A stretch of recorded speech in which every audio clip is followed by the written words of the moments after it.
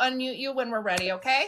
All right, so tonight's topic, we're just going to talk about mental health issues in general. So the first thing I want to do, since everybody's showing so much love in the chat, thank you, Gmail Wolf. Thank you so much for the heart me, is I want everybody to do a mental health check-in on a scale of 1 to 10, a scale of 1 to 10, 1 being worst day ever, 10 being best day ever. Put a number in the chat for how your day has gone. Have a 8. That's good. Thank you, Kiwi, for sharing. Thank you, Patty, for sharing. Marie is a 10. Awesome, Marie. I would say that I'm about an 8. I'm still not feeling well, but I'm feeling well enough to hop on here and do this tonight. Over 21 is a 4. I know you're having such a rough day over 21. If you need anything at all, you have a room full of support right here. Jessica is a 10. Welcome, Jessica. Jessica and I just met today. Jessica mentored Jessica, because there's 2 Jessicas in here right now. I always have friends named Jessica, Heather, and Amanda, so I just start numbering you guys after a while. All right, we have a no. So what I'm going to do, if she's comfortable, because I see she's on the panel already, is we're going to invite over 21 to share a little bit about herself and if there's anything she wants to talk about. And I'm trying to unmute you, over 21, but it is not letting me. That bites, please. Yes, and if you're in crisis, you're going to dial 988. And again, this is just an open discussion. And over 21, you have the board. So I already reached out to my besties. You already know. So today is a 4 for me, and I've already shared with the group, and it's because I'm grieving for a very close friend of mine. And, you know, I want to ask some questions about how can we as a group or as individuals be the best support system for close family and friends without letting them feel as though every time you say my condolence, it's just dragging them and dragging their feelings and their thoughts down. Because I just lost my mom, and I'm telling you right now, every time someone said my condolences, I felt like punching someone in the face. I appreciated it, but I just felt like punching someone. So I really want us later on to talk about how do we best support people within our circle through their grief. And be loud, but be supportive in avoiding at least statements. And I don't want you to be clear. The at least statement is one of those that is a punching bag for someone who's grieving. So I don't want to start off with this because it sounds crazy, but I want us to hit that topic later on, if you don't mind, Jamie. That's my 2 cents for now, but I want us to talk about it. That is no problem. And I'm actually really glad that you brought that up, because it's been a long time. It's been a year. I lost my grandma a year ago, but I had already grieved her before she died. So people were like, how come you're like not upset? Well, because I grieved that process throughout the entire 4 years I took care of her. So, but one thing I think is everybody wants to provide words of comfort to somebody when they lose somebody, but there comes a point where sometimes it's hard to receive those words, because it's kind of like words, after a while, they can feel like they have no meaning. And you know that people mean well, but yes, Patty says that grief is awkward. Grief is definitely awkward, because we want to be like, you know what, over 21, we're here for you, we hear you, and we feel some kind of way for you. But at the same time, I think it's valid to say that it can be extremely frustrating. And the reason I say that is because nobody knows what to say. And I think what would be really great is what could we say instead? And I think you'll be able to provide a little bit of feedback about that, if not today, in the future. But one of the things that I try to do, but we're all guilty of saying my condolences or whatever, right? But one of the things that I try to do is really encourage people to say, I am so sorry you're going through that, and I don't know how I can help you, but if there's something I can do to help you with, whether it's just listen or hear you talk or just sit on the phone with you while you cry or process, I think that goes a lot further than just saying my condolences. And that's because you're offering an action that will benefit them during their grief. And that's just kind of my thoughts, but the floor is open. And I'm going to just ask you in the chat, we don't knock on spirituality here, but I will mute you if you get off topic. So please stay on topic, because this is not a discussion about spirituality. It's a discussion about grief. And while spirituality may come up in that, I know the last thing that I want to see when I'm grieving is Jesus saves. Okay. That's not me knocking religion, but it's not for everybody. Okay. We want to be respectful of everybody. I want to talk about that at least statement because I remember when my mom passed away, I heard a lot of at least. I'm an only child, and I heard at least she lived a long, fulfilling life, and I'm like, really? I just lost her. I don't want to hear your at least. What I want you to do instead is acknowledge the loss without trying to fix it because it's already gone. So it's like I don't know. I know how I'm handling for her situation, and I'm using some of my learning through my grief with my mom. And one of the things that I'm doing is really wishing her the best without saying grieving. I'm doing my hardest to make sure that they understand that we're always here and we're not going to stop being present to be able to support. But that at least statement just feels like such a punching bag that I'm like, yeah, at least she lived a long, at least she lived a, at least she, no, she's dead or he's dead. Right. So, Whether we and the expect it reason or I'm bringing not, up is, whether we expect there it or you not, we all go. know that this life is terminal, right? So that's the last thing we want to hear. I don't know. And again, I know it's a heavy topic to bring up, but this is, I am right after we learned that info, shortly thereafter, I sought Jamie out. So she already has a full blown idea of what occurred. And I'm letting you know that I'm very thankful. I'm very thankful for your guys' presence and the I'm here for you statement. So I would love for us to sort of talk about it. When we're grieving, what words actually bring comfort? Right. And I think that's a good question. So drop it in the chat, or if you're up on the board, share your thoughts. I think Kiwi's unmuted, so we can start with her. Um, I think it's hard sometimes. I'm walking, so No worries. okay. I just think that sometimes um, the person that wants to help, depending on the relationship, I think they use that word out of respect. But if it's somebody close, they should be there for you. They can just, say, what can I do? Is there something you need? Something like that. But I think it depends on the relationship. I think that's fair because I think some things are going to be received better based on your relationship with somebody. So I think that's fair. Yeah, because everybody goes through that one either earlier in life or later. And all we can do is hug that person and just, hug them and maybe not say anything. Just give them a big hug. Somebody said that emotional bank account matters, and I think that's true. That is definitely true. Thank you so much for the music on stage, Glory. And I actually think that's the best way to look at it in a way, is the emotional bank account, right? When we're grieving, it's almost like we're overdrawn, right? Because now we went from, maybe we were having this wonderful, flourishing day, and then it just zaps all of the energy. It's almost like everything's gone. So I actually really like that analogy. And I think there's nothing any of us can do to put you back in that flourish state, at least for the immediate moment. But the things that we do, like offering support. I'm sorry, I'm a child. Like offering support and offering an ear to listen, and just, hey, whatever you need, we're here for you. We can at least put some pennies back in that account so you can rebuild that bank of emotion. And I think you bring up a valid point, because I think sometimes the only thing you can say is, I hear you, especially when it's fresh. Like, I think when we saw you earlier over 21, it was fresh. Like, not that it's not still fresh, but it was like, I think you had just found out not even that long before we saw you.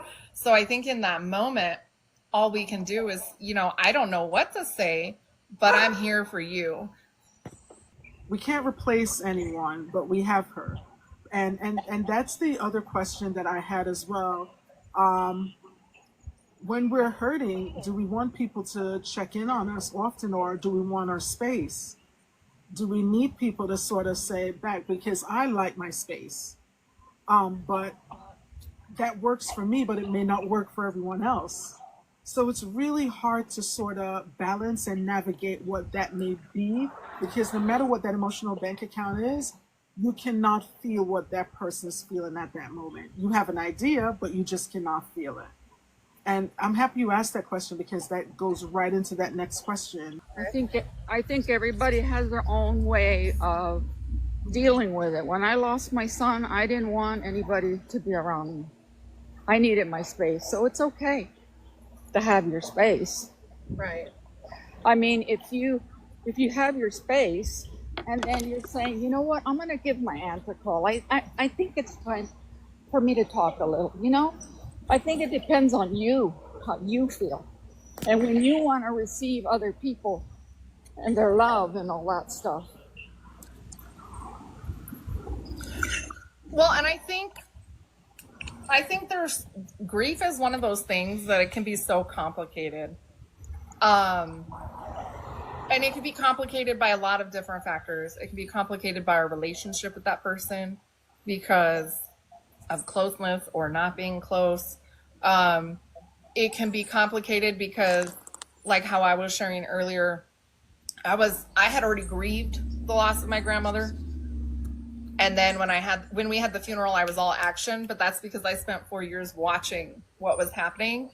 But then I have somebody in my life right now who I absolutely love, but I'm grieving their loss and they're still here because they're so reckless in their behavior.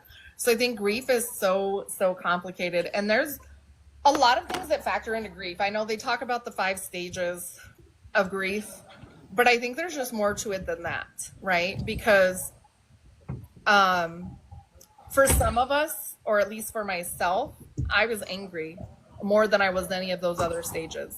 And I was accepted grief, but I was angry for when my father passed away.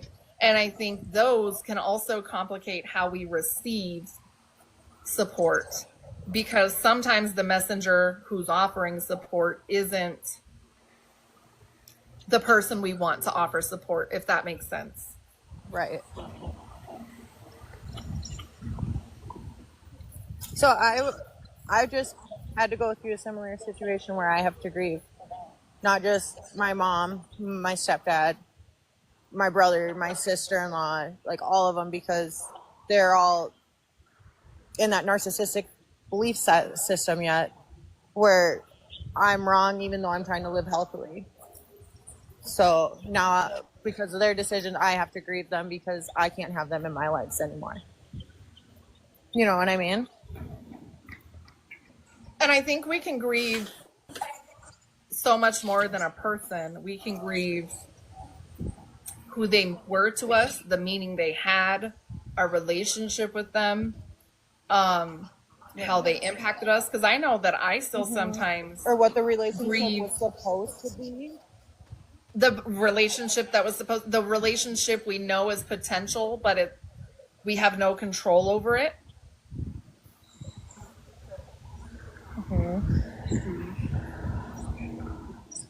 Marie, do you have any thoughts that you would want to share? She waits till I unmute, I swear to God. I've been sitting and listening, and my thoughts are I think there's a lot of variables, and I am guilty of, I think, when I first hear about one of my friends, because I think it's different if the person is just an acquaintance. I think it's different, if they're a good friend. If you see the post on social media, on the social media posts, I always just will type my deepest condolences because I never really know what to say. I feel like other people are going to read it. I don't really want them reading, a personal condolence, from me with other people that I don't know. And so I think for me, what I do is because I really take loss like to heart. And so I've had to, what I try to do is I try to practice that, I usually talk to like my friend, it's not just one time with the grief. It's usually, over a period of time. So it depends if it's like a sudden loss where they didn't know, like where it was, where like you didn't have time to prepare, you didn't know that they were sick and all of those things. And then, if they have a service, that is usually when I will be more personable with my friend and give them a hug and I cry. And I mean, one time I was so sad and everything because I knew how much my friend was going to miss her mom and loved her mom, and like they were like best friends, and it just broke my heart. And I felt like my friend was having to comfort me, and that's not what I wanted. I was like, no, no, no, no. Just because I'm sad, like, I'm sad because of your loss, and I wanted to, try to help my friend through that. And so I think that it goes, even past the service, it's like after, if there was family in town, a week to 2 weeks after, and then I'll usually ask my friend, like, do you care if I come over? Do you want to go have some tea? Do you want to go down by the beach? I try to do something that they want to do, or if it's like their favorite place, I'm flexible, but I think I do it like as a case, like a friend by friend basis, because some of my friends don't have really great relationships, and on that type, like I'm really quiet. I'm really at a loss for words. I try to say, may you have the memories, the good memories, may that comfort you in the upcoming months. I've said that before, but it's really hard because you're already feeling sad because your friend is hurting, and you don't want to cause them any more sadness. You want them to know that you're just there with them, and that if there's anything that you can do to help, that you're there. I think you kind of reminded me of something I did when my grandfather passed away. We knew it was going to happen, but then when it happened, it came quicker than we expected. And I didn't know what to say to his wife because things had actually been kind of tense between us because of some personal stuff, that we said to each other. And I couldn't say, I'm sorry for your loss, because how do you say it when you know he was in hospice, right? But I found this stone, and I knew she was spiritual, like that Christian lady, went to church. And I found this little stone, and it had the word faith inscribed in it.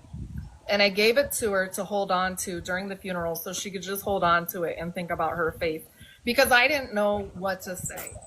And I think she actually, I haven't talked to her in a long time, but the last time I did talk to her, she said when she's feeling that come on, sometimes she still takes that stone and holds on to it. And I think stuff like that is a great way to, if you know the person, but you know nothing else about what to say to comfort them, something as simple as a stone might be something of comfort. Because I'm a big person, like, y'all, I am 43 years old, okay? I have a freaking blankie, okay? So for some people, comfort, thank you so much for the heart me, comfort stuff is helpful. And I mean, I'm not saying it'll work for everybody, but it is, I want us to kind of, because I think what's really great about this conversation is we're trying to think outside of the box of what we normally hear, right? Mm-hmm. What would we want to hear from somebody if we were grieving? Or what would we want from somebody? I know everybody always thinks of meals and sitting with people, but what could we do besides using words? I'm sorry for your loss. And what actions can we show them to show them that we care? I don't know if that makes sense, but that's kind of, I like to think out of the box, because we don't want to do what everyone else is doing. We want to show that we really care in a way that demonstrates it, because And I'm sure everybody can relate to this. I don't know how many times I've heard, I'm here if you need me. And then when I call, the phone just rings and rings and rings. And I'll go through an entire list. And so we want to show something that we want to demonstrate we can be present. We don't want to be president. That we can be present beyond just our words, right? Because to me, words have no meaning without actions behind them. Mm-hmm.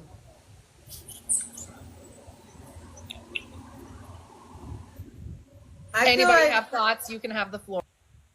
I feel like for me, so similar when my grandma was dying, like she had years of like being in, she wasn't even in hospice. It was like the memory unit. So like they had to be in a locked unit. So like we knew it was coming for years and years. Like we'd already gone through the, grandma, it's okay. You can go. We're ready, But then when it hit, it was like, I didn't even want nobody to tell me I'm sorry for your loss because, I wasn't sorry anymore that she was like, it hurt. She wasn't here anymore. You know what I mean? But I wasn't sorry she was gone. I was happy she was in heaven with my grandpa or, wherever the afterlife is. And I feel like the one thing that pulled me through it was my best friend. She brought me, and I still use it to this day. Just like you said, you have a blanket. I have a blanket she gave me, and I hid under it with my grandma's body for like 20 minutes before they took her, and I made it smell like my grandma. And then I was like, I got to take her with me.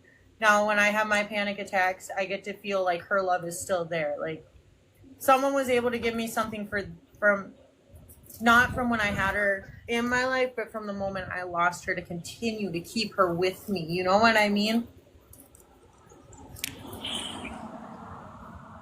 Right. Sorry, I forgot I was muted because my dogs keep making noise.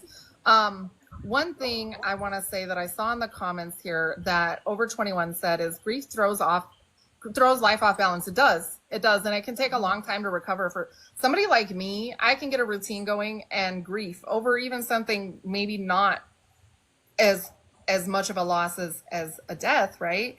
Can throw me off. So grief 100% can throw me off. And Butterfly said, and Butterfly, if you want to come up, go ahead and send a request.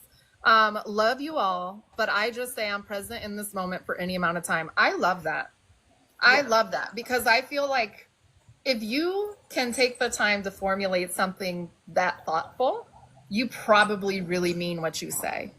The floor is open to anybody who wants to discuss this, but I'm being a little mindful because of the topic that I have to kind of know you, or you have to have been in mine or Gma's lives before. I know some of you I just met today, but please come up if you feel like you want to. But the topic tonight we're discussing is grief. And I think grief is so diverse. We can talk about many, many different things, but we're also all swooping in to kind of support Over 21 tonight because I'm one of those people when somebody falls down, we all got to rush in to help them because next week it might be someone else that needs our support. And so we want to make sure that we give everybody in our community the feeling of support, that they know they can talk to any one of us at any time, or at least one of us, right? Because we might all be busy, but they can at least reach out to one of us and somebody will respond. But hi, my name is Jamie. I used to be a licensed addiction counselor. I'm not anymore. We're just having an open discussion about mental health. It's not a substitute for therapy, but tonight's topic is grief. So I am going to ask that everybody please be very mindful of what we say in the comments. Okay. We're okay with dissent, but we want to keep the conversation mindful and thoughtful, especially because this is a sensitive topic. Okay, I just want to know, 21, how are you feeling right now?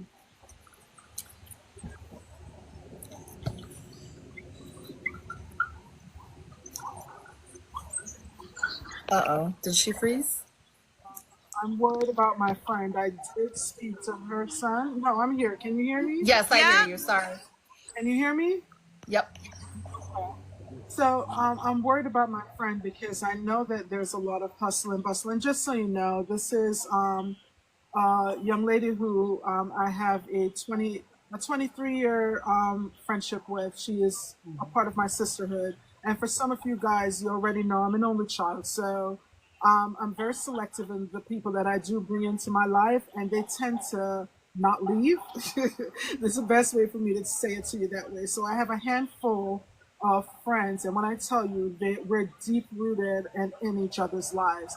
to the extent where if I say, okay, I'm getting on a flight tomorrow, you'll hear like, okay, I'm coming. It's we're not doing things alone. They're there, and I'm so grateful for that. But not being able to speak to her, but still knowing that she needs the space to be able to gather her siblings and really do things. And even though I'm calling, I want to know if she's okay. I want to know if she's good. But I still have to remember that she's now having to claim a body. She has to do this. So it's tough because I don't know how to help from where I am, but I want to help. I want to be there to support her and to just to hold her up so that it's one thing off her mind. I know I'm going to hear from her later on today, but for right this minute, I sort of want to know. But again, it goes back to giving her the space so that she can plan with her siblings. She can plan with her son. She can do that thing and let me know when she needs me. I still want to know. I still want to know. So it's a little balance. And of course, all the friends are reaching out to me saying, "What's going on? Talk to me." And I'm like, I don't know. So we just have to sort of wait. And that's where I am.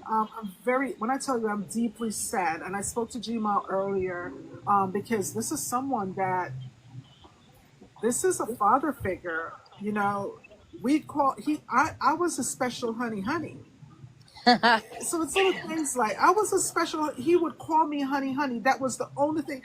I swear to you, for about 10 years, I didn't even think he knew my name because he always called me honey. So it's little things like that. And someone mentioned memories, and when that person, I think it was Kiwi who mentioned memories, and immediately I go, oh my God, I was his honey. And those things are so important that we all have those memories of our loved ones. So back to your initial question, yes, I'm as okay as I am, but I sort of want to be there, but I know I don't have the capacity to be there. I'm not able to be there in the capacity of which I would prefer to be there. So I'm okay right this second, but I'm still eager to see how I can help. How can I show up? Things like that. Is this giving Thanks you for a time for asking. processing? Because since that was his only honey, and it made you smile, and how is your process right now? Because I know you want to be right there with them, present and holding them and feeling that togetherness. And I know that space is necessary. So, Um, I'm processing as in the way I'm processing it right now because it's so fresh and it's so new is remember, she's going to need that time. She's going to need that space, and she's going to need someone in the background working on things like things for the funeral, yeah. things such as that. So I have a network of people who she's a part of that I'm going to, once we have the information, that I'm going to assign one of the bonus kids to sort of get the program moving because she's done it before. She did it for my mom. She did it for her grandmother because remember, my friends and I have lost a slew of parents this year. My mom, January, my mom's best friend lost her husband in 8 weeks after. Then another one of my besties lost her mom on Mother's Day, and I have my mom's best friend is now in end stage renal failure and with limited time to live, and here it is. And when I spoke to Gma and the ladies earlier, I go, it's like the Almighty is playing a trick on me. And I don't want to lose my faith, and I'm not going to lose my faith, but that's how it feels. It just feels like that. It feels as though someone is punking me this year, and it's just back to back to back to back. And I did hear someone did say to me already, at least he lived a full life. And I go, will you shut up? He's gone. It's not an at least, and that's why that least question came up. No, and I think It's a punching bag. you're nicer than me because I wouldn't have been able to say that because that I don't think I don't know the person. I don't think anybody ever intends to come off sounding insensitive, but it's insensitive to say at least. Because whether somebody's 120 years old or 1 year old or less than that, death is hard. Period. My words weren't kind. I was very unpleasant. So not because I seem all well spoken here, I do drop the F bombs occasionally, and I had to drop it. You I sure dropped we it feel very that way. nicely, as nice as Marie's face right now. I dropped it. Yeah, as nice as Marie's face, and I said it with such a smile that And my what bonus I child I was tell there you when I though, was saying it. when we talk, Yeah. I say I don't look at those kind of words as cursing. It's just a strong feeling of your, expression of your feelings. It's not, it's not thrown at It's an anywhere. enhancement of the emotion. Yes, yes. I mean, I And you don't, got it. I don't get offended at all. It's just, it's just strong feeling that you feel at this moment, at this time. You want to throw an F bomb, throw an F bomb. Right. And that Because you can't put any words to those emotions at this time. But we're present for you to even be able to laugh, honey, and say those, you know what I mean? We just want to be present. And I'm telling you, it's very important to me because my husband, I came downstairs. I don't go down in our basement like that because of my knee. But I said, I need this time. He said, I hear you. And when he hears me, he respects it. And I'm telling you, you guys are so important to me that when I take a stand on something, and I want to be present, I'm here. I'm here. well, tell him thanks, Just a and thing. tell him it came from me. Little, you know how I am with you, girl. I just went through that. This weekend was kind of my challenge. But every challenge, remember, you are held by the Almighty. You are held in the palm Jill said of that. His hand. Okay. Remember that love surrounds you at all times. You may not always feel like you're loved, but love surrounds you at all times. And every time there is a loss, remember there are footprints in the sand. It's at those times you're being carried. When you see one footstep in the sand, you are being carried because it's too much for you to do alone. But you're never alone. You see how fast everybody came together for you? Always remember that. You're not alone. And I understand that you want to be there for them, but you never know how you will be there for them. And so I'm going to give you this example. We just rolled into town thinking all we were going to do was to deliver some food, fix some food for the family. Thank you. I have a lot of questions, because even things like self-care, I want to remind her that she has to make sure she remains hydrated. She is military, Jamie, so you know that she has the ability to just keep on going because Yep. that's what she's trained to do. And I want to Yeah. just remind her, you've got to stay hydrated, you've got to stay moving, but not necessarily moving, doing the things, but moving so that your mental state can be okay. And also the fact that you need to sleep. They're just basic essentials for your survival. Because today is day one. You have a couple more days to go to with arrangements and plans. And I will make it clear, she has left New York because he lives in Georgia. And he doesn't live in Atlanta. He lives in the boondocks where she has to fly to Jacksonville to get on a 3-hour drive to get to where he is. So it's not as though it's going to be easy. There are a lot of periods that she's going to be thinking, she's going to be going through it, and she's going to be going through it with whoever's in the car with her, but she's not going to have her sisterhood right there next to her. Right. And I guess that's the part that I'm like, Well, and we're trained I'm just missing to that piece. we're I'm missing trained that to push piece. through whatever's And I'm going grateful for on. you guys, and I'm gonna share it with her. Yeah. Just make sure that she knows that just because your brain is trained not to turn off during grief doesn't mean she can't have time for herself to process, if that makes sense.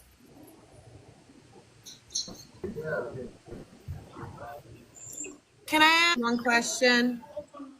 What are you doing right now to take care of yourself during this grief? Like yourself, personal care. Because I know you want to be there for your friend, but you have to make sure that you are taking care of you because you can't save anybody else if you're sinking, baby. So, how are you taking care of your grief as well as yourself? So where I am now, you see this community that we have here. You see this community that we have here. I learned all this information while we're at a friend's home, and we all did the gathering together and did what we needed to do. But I immediately came online to seek Jamie out, and it just so happened that Jamie was with Gma Wolf. So it's like the community. I went to seek Jamie out, and Jamie and Jima Wolf were together, and the group, the Wolf Pack, they were all there. So when I tell you, I was like, oh my God, they're all here. It was meant They're to all be. here.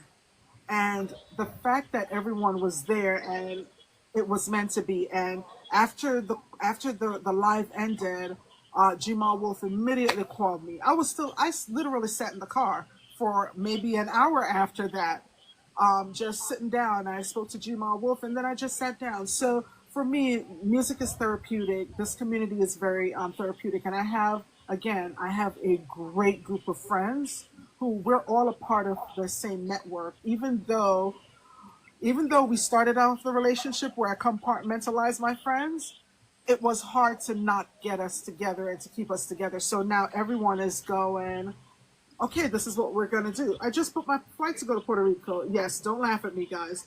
And now it's like, okay, we need to get that info. Are we going to go to Puerto Rico as a group and then go to Georgia? What are we going to do? So that's the stage that we all are in, just waiting for that. And now instead of just a male friend and I going to Puerto Rico, now it's a whole bunch of us who are now like, I'm gonna call off of work. I'm not going in. We're gonna go to Puerto Rico, and then we're gonna come back and we're gonna do this. So that's the kind of mindset. So yes, we're figuring out. I know for a fact that I have to stay hydrated. Health says I have to. I use music as therapy, but you see this group, that's also therapy for me as well. Every last one of them. And yes, Tina, I see you down there. This group is therapy.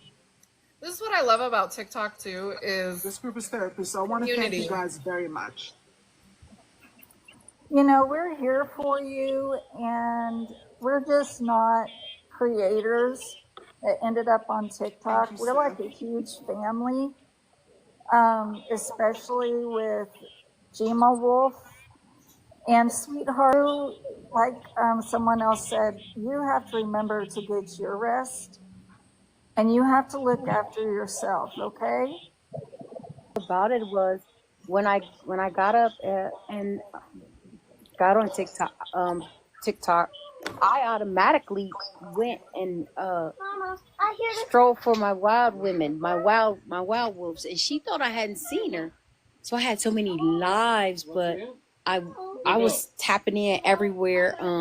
Little Over 21 was because she was able to talk to me.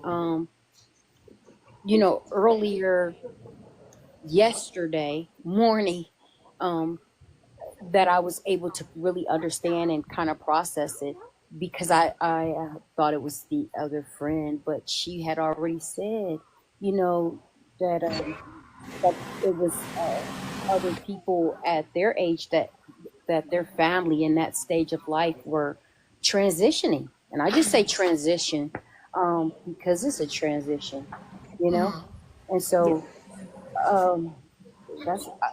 I understood her when she was talking about it, and how at their age is a little over 21. Family not here long. Um, so I heard her yesterday morning, and so um, I know what she has had shared, and I was present. That's why I was following like a little baby wolf right behind everywhere she Yeah. went, little praising and a little worshiping and a little bit whatever wherever she was. I was right there behind her and seeing, and uh, I love that when they don't see me and I might come in after them, I just show the little teeny tiny love, and I Well, could I tell think that we they've all been need in to there know and they that we laugh. have support. So I love that Hmm. you want to show up, And it's like, yeah, I don't know about the rest of you guys. I think everybody can relate to this a little bit, especially Gma, because Gma, every time I hop on TikTok, she's on here, and Tina too. But I think now our communities are starting to grow so much. It's getting harder and harder to stop and show love everywhere because there's so many people getting their Yes. community, Yeah. I'm Catholic. Do you think she would mind if I said the rosary for her tonight? She loves prayer. Prayer is Yeah, I good. think she would. I would say in her case, I think she would be okay with that. Yes, Yeah. yeah, Okay. Well, I will. yeah. Well, thank you. Thank you for that. So, and I think just to kind of, yeah, that's what happened. Okay. Oh, here she is. She's back. Yay. And I think it's really important to, when we are grieving, that we're also, I like how she was talking about, she wants to make sure her friend is drinking water and staying hydrated and things like that, because those are things that we forget to do.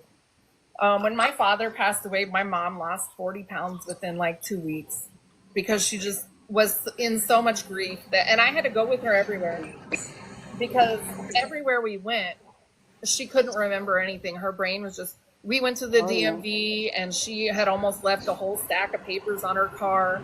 And it's like, that's how we can show up and support somebody who's grieving. And I think that also demonstrates the love we have for them also. So over 21, Steph asked while you were trying to get your camera going if it would be okay if she says a rosary for you tonight. Yes, definitely. I am a spiritual person, so for me, faith is a leading force in what I do. But though I don't let it dictate my life, so definitely yes. Okay, good. I will. And Thank I am you, thinking thank you, about thank you. you. I And love that I you will asked definitely be first. praying for you. I love that you asked first. I thought that was very mindful Pardon? of Yeah, you, that's Steph. So so. thank you. It's Um, funny how we come in so delicately I when we appreciate that. love one another. I It's like I respectfully need to leave the before. panel. Oh, I'm sorry. I keep interrupting you. There's a delay, so we all do it to each other. It's okay. So before my accident, I worked with homeless drug addicts. And so you don't know how many times I came home and I said the rosary for someone. I mean, because, you know, um, I believe in prayer. And I will say that for you. And, my heart just goes out to you, sweetheart. My heart just goes out to you. And I think I don't know, I'm a nervous talker, but I want to sit with you in love and grief because that's all I can offer right now is just sitting with you.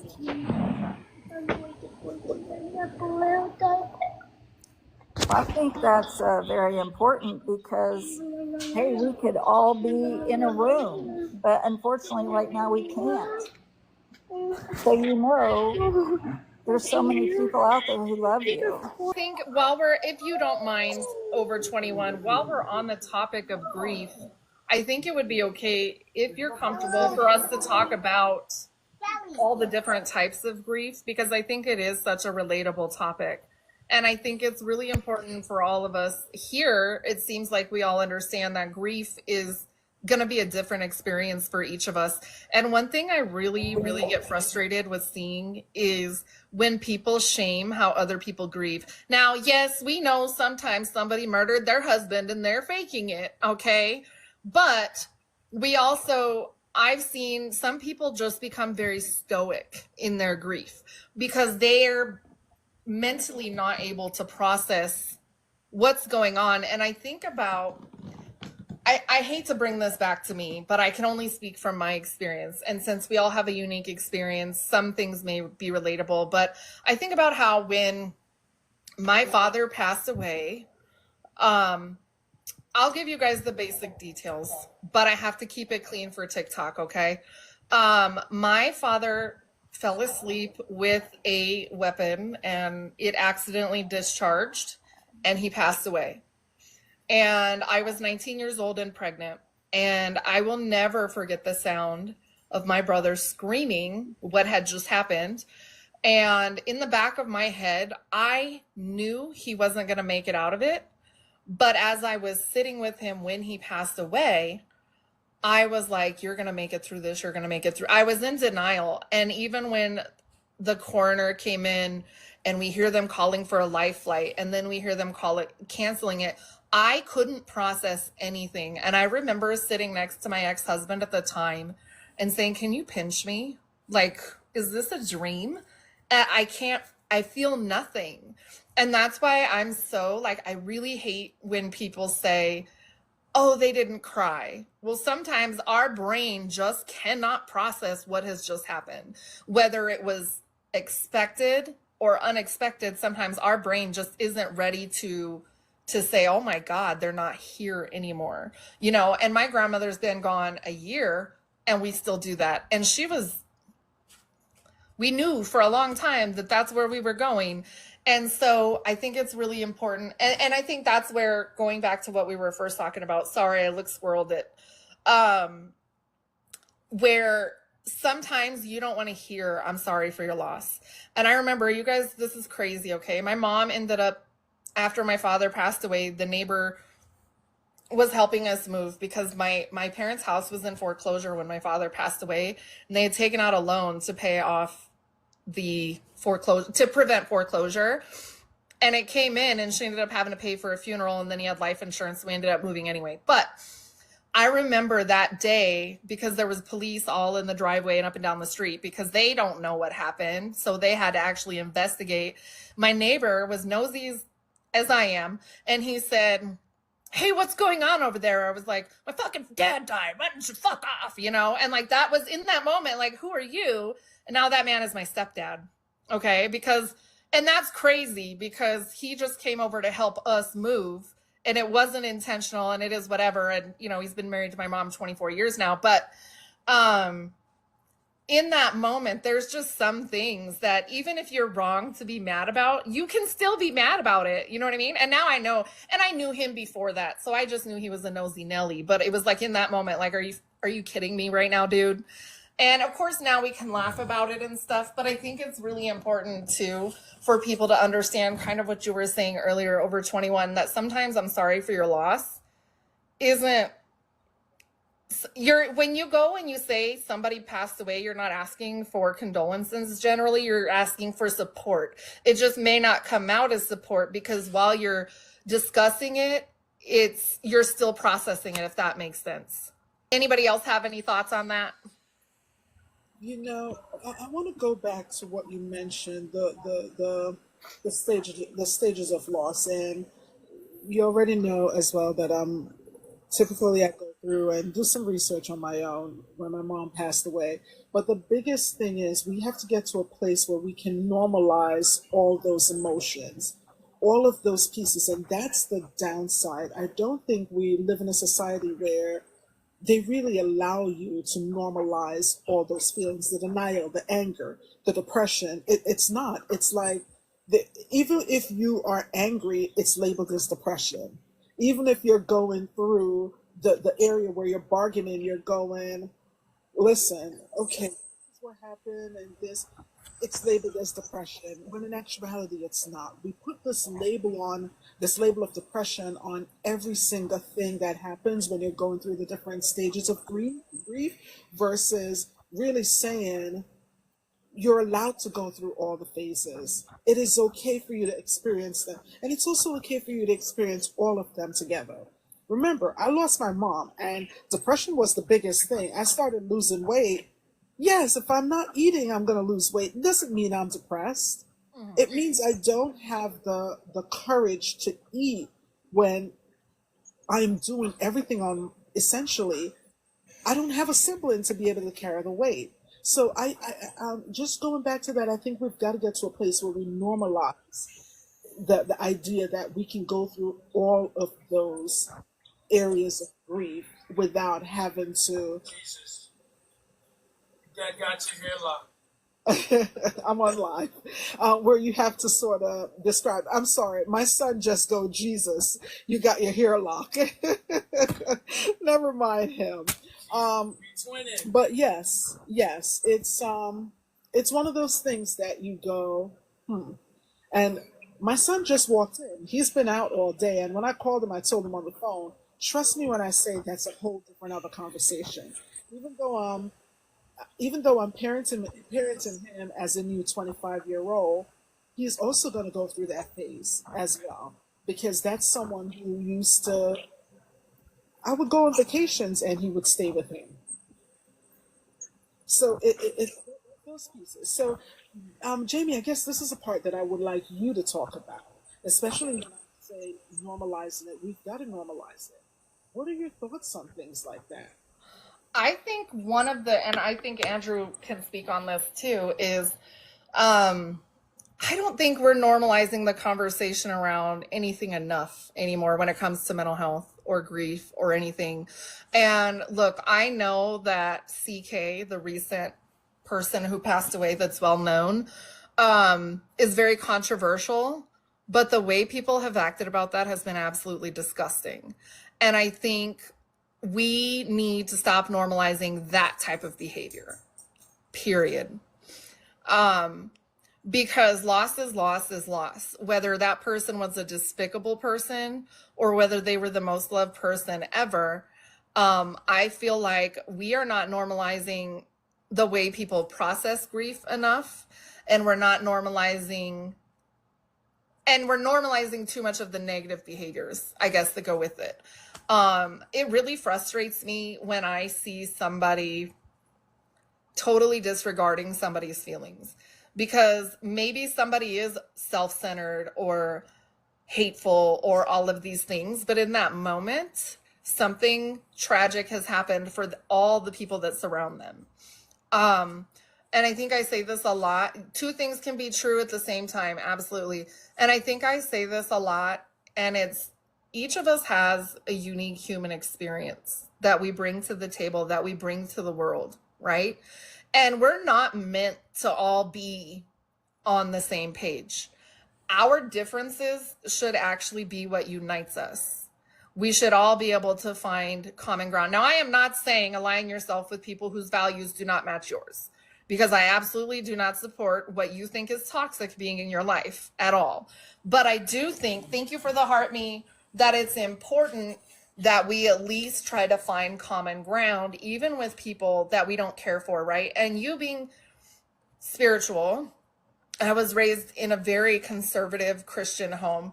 And one thing that has always stuck with me, despite where I stand spiritually right now, is you can show love to your enemies by just not being hateful, by praying for that person, or by protecting your own values, period. And you're supposed to love your enemy as yourself, right? I think, or something like that. I could be wrong. I might have misquoted that. But the whole point is, if we can't have a shred of human decency for someone when they lose someone, that says more about us than it does them.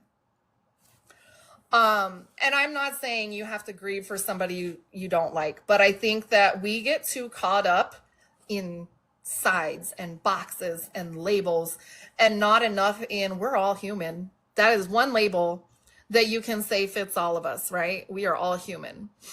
And we need to stop shaming people for their feelings, period. Because that helps nobody. It helps nobody. And I don't know, Andrew, what are your thoughts? Okay, well, if you unmute yourself and want to share your thoughts, we're here, Andrew. He might be, sometimes I'm on these and then I'm doing something else too. But, and I think ultimately that's just my thoughts. So if anybody else has any thoughts on that, you have the floor. I just think it's really important. And this ties back to my whole, I want to normalize the conversation around mental health in general, like period, right? And I can say, I don't care how good somebody's mental health is. We all have a moment like grief where something affects our mental health. And that is why having this conversation is normal, because you shouldn't be afraid to come to people for help. And I love the fact that you were already looking for people, like, where can I go? Where are my people at? Where are my people at that I can get support from? We should all be able to do that to some degree. Normalize moving forward without guilt. Yes, absolutely. Absolutely. So anybody else have any thoughts? Grief is always going to affect your mental health. Yes. Yes. And we all have to remember that. Yes. So one thing about grief, it's okay to feel your emotions and let that process, but not to let your emotions control you. I love that. I love that. But if you're unhinged for the first 24 hours, there is absolutely zero judgment here, because I used to cuss people out and be like, they ran out of your juice in the store. My dad just died, so fuck you and your bad day. So the first 24 hours, you're allowed to be unhinged. Just don't stay unhinged, okay? And don't do anything that's going to catch you a case, please. Yeah. A lot of people do find themselves to be the biggest battle of controlling their emotions and actually what's going on. But absolutely feel what you need to feel. Don't hold back. I will let you know one of the things, and I just put it in the chat. I did a lot of reading because my mom died on Sunday, and I did nothing at all until like I couldn't move. I was numb. No work, no play, no phone calls, no nothing. I didn't want to talk to anyone. And I was reading. Once I got up and I said, let me start getting the balls moving, because nothing would have happened. I did read a couple of different stuff. And one of the things I learned was healing doesn't mean forgetting. You will always remember. And guilt will always show up when joy returns, or there's that normalcy returns, but we have to remember that we're allowed to have both. And that was the biggest learning for me. Even going through everything now, that's the one thing I even say to my son. It is okay for you to be happy. It is quite okay for you to be happy, because you can be happy and sad at the same time. Yes. And I want to bring up something else I thought of, and I think it was a few minutes ago when someone else was talking, but one of the things when I was talking about how I held on to like my anger for a long time, I held on to my grief. I was so afraid. I was 19. I was so afraid to let that out that it actually volcanoed into something bigger. So it is okay to temporarily say, I have to hold this together, or I need to be stoic, or whatever, like how we were talking about your friend is military. It is okay if she needs to get out of battle mode, or she has to stay in battle mode at first, as long as she understands that there's going to come a time where you have to sit with that emotion, or it will destabilize you. So it is okay if at first she's functioning like nothing has changed. That's kind of what we do when we're in the military. But at the same time, it's important for her to understand that she might need to turn that off. We can't be in survival mode all the time. And I think that's one of the biggest struggles with veterans in general, whether they've been to combat or not, is that we are told we have to turn that part of our brain off so we learn to function through it. And we get out here in the real world and we got to feel all these things and we get overwhelmed and we don't know what to do. So I think, just make sure that she knows that if she's in battle mode, that's okay, but she's got to turn battle mode off. That's a good point. That's a very good point. And I think stoicism is still grief. Just because somebody doesn't grieve publicly doesn't mean they're not grieving. And I think that's kind of what I was trying to say earlier, and I looked squirreled, but yeah. Yeah, I'm in agreement with that 100%. But now, what I usually say, especially to somebody that I don't know, when your deepest sorrow starts swirping in and you don't understand what to do, think of your strongest laughable moment, your most precious moment, and let it turn that second into a joyous moment. And when people see you laugh in that grief, just say, aren't we supposed to celebrate the life that we shared and not the leaving of the world? And that's just somehow, like, maybe that's that mechanism for me. You know what I'm saying? But I'm not one that will literally break down and cry my sorrow in front of somebody. Right. And when my mother passed away, I laughed and cried. You know what I'm saying? I literally did. And, of course, I don't have a relationship with my mom. I didn't, but it was like something different. And when my grandfather passed away, it was more of, now my granddaughter's not here. I can actually talk. I didn't want to, talk too much in front of her. But, whatchamacallit, and when my grandfather passed away, I acted like he was on vacation. We lived in 2 different states. You know what I'm saying? So it's like one of those, okay, but he's fine. You know what I'm saying? And just like any other issues within our lives, no way to guarantee. The stages of grief don't even have to go in order. You know what I'm saying? It's what you feel. If you're in the middle of the services and you think of something funny, get that laugh. Even if you have to walk off to the side and get that laugh until you cry, it's okay. You know what I'm saying? If somebody wants to punch in a wall, just make sure that there's a pillow there so that way they don't break their knuckle. There's no right or wrong answer to grief, as long as they're not self-sabotaging. I think that is like the best way to say there's no wrong way to feel anything as long as you're not hurting somebody else. There's no wrong way to grieve. Your feelings are always going to be valid, even if nobody else sees them as valid. They are valid because you're the one experiencing them. And I think it's important to not lose your train of thought halfway through talking. I think it's just really important to recognize that no matter how you feel, whether it's angry, sad, stoic, numb, those are all valid. But I think the one thing, I put my therapist hat on for a second, okay? We want to label what we're feeling. So if we can't label what we're feeling, then we need to label what's going on around us. What does it smell like? What does it feel like? How does my body feel? So that way, at least we're getting self-awareness and we're not feeling completely numb. So even if you can't say, I feel numb, okay, I can smell the trees. I'm breathing slowly. My skin feels, however. And I know it sounds really cheesy. Look, before I was a therapist, I thought that was the dumbest shit I ever heard. But I'll tell you what, when I'm having a panic attack and I have to do that, I'm able to start labeling what triggered this. What is my emotion? What am I feeling? What can I focus on? What can I do to get through this? And I think it can work in a lot of different aspects. All right, so we have 10 minutes left. So I'm thinking we could do a filter thing to cheer each other up. Yeah, I was going to say we can do a general Q&A, or we can do, let's think of, since little over 21 is the affirmations gal, maybe we could do affirmations. I'm just letting you know, I discovered filters yesterday. Yeah. Filters. Uh-huh. I love it. I love it. I have no clue how she found them. Probably not you. Because you're never using any filters ever. Probably not her and Holly.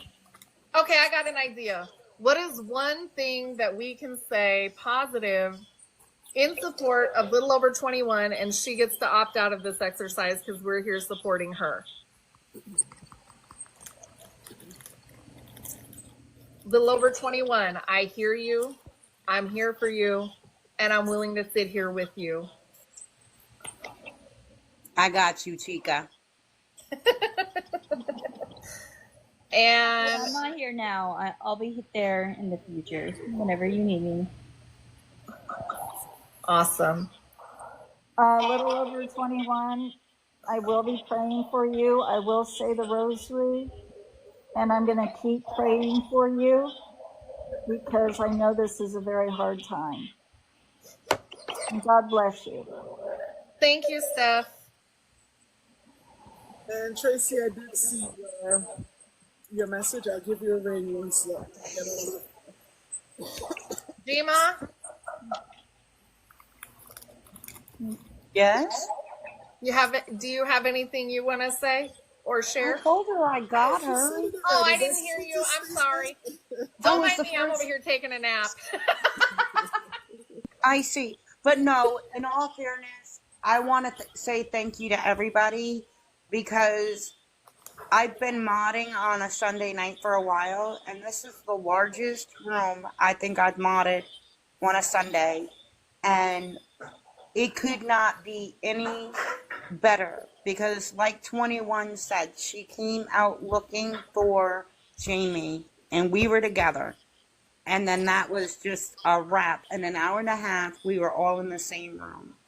And And I'm gonna piggyback off of that and say the only other live where I've had more than 5 people in this room has been the one tonight. So everybody who showed up, showed out, commented, gifted, the panelists, every single one of you is appreciated. Every single one of you here, whether you're on the panel or in the chat. yeah, and it just goes to show we don't all have to be the same inside, but we do all have to process. And as long as we understand that, I think it was Britt turned around and said, I love you guys. And I said in the comments, we're community, we're family, and you're family too.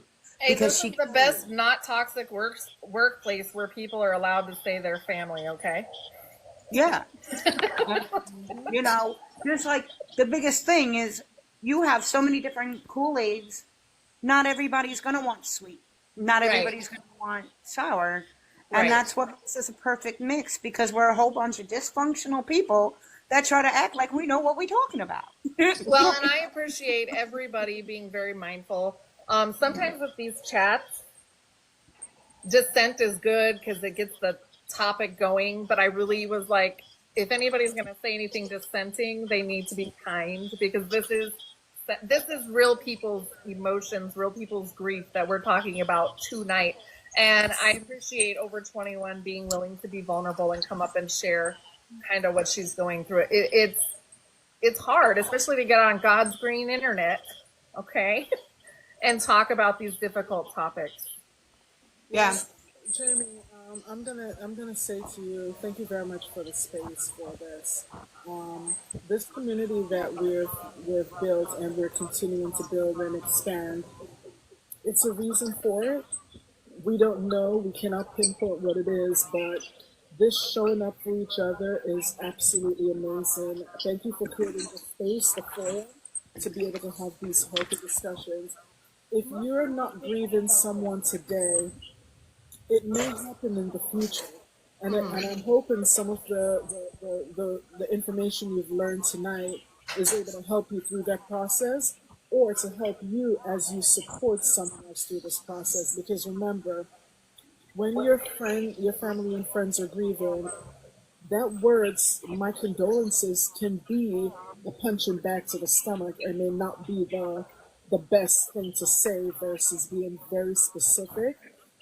So I want to thank you guys all for just listening to each other and for us to remember that it's a process.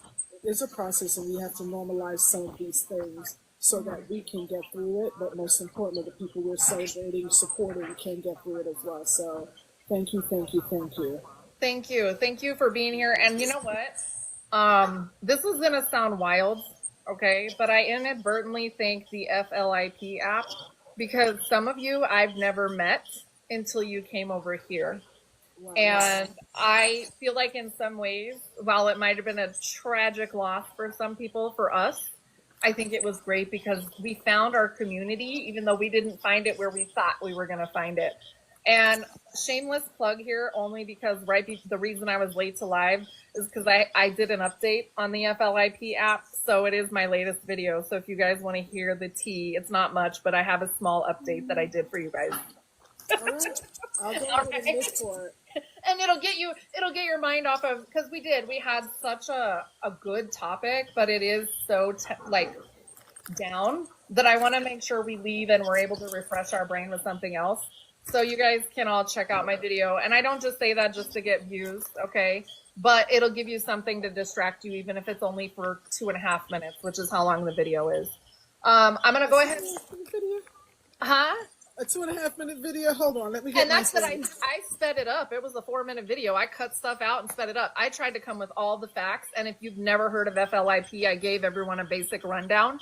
So, you can skip it or watch it in 2 times or whatever, but I tried to speed it up because I put a video out right before that said, if you take 30 seconds to tell me what your video is about and then tell me, comment and share before you even get to the point, I'm not going to watch it. So I tried not to do that. Yeah. All right, ladies, we're going to wrap it up. Jamie's back is killing her because she's 43 years old, but feels like she's 96.